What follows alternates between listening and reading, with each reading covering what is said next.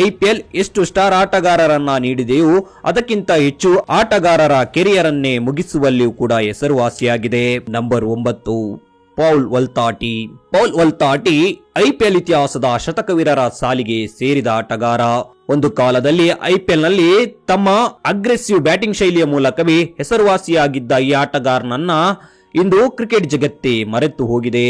2011ರ IPL ನಲ್ಲಿ ಈ ಹೆಸರು ರಾತ್ರೋರಾತ್ರಿ ಕ್ರಿಕೆಟ್ ವಲಯದಲ್ಲಿ ತುಂಬಾ ಚರ್ಚೆಗೆ ಒಳಗಾಗಿತ್ತು.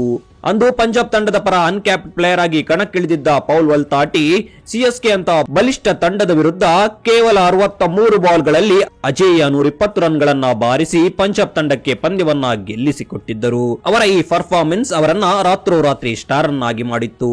ಅವರ ಐಪಿಎಲ್ ಪಯಣ ಹೆಚ್ಚು ಕಾಲ ನಡೆಯಲಿಲ್ಲ. ಇವರ ವೃತ್ತಿ ಜೀವನದ ಆರಂಭದಿಂದಲೂ ಇಂಜುರಿ ಇವರನ್ನ ಕಾಡಲಾರಂಭಿಸಿತ್ತು.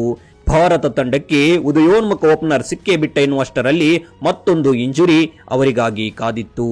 ಅವರ ಎಡಗೈನ ವ್ರಿಸ್ಟ್ ಇಂಜುರಿಯಾಗಿತ್ತು.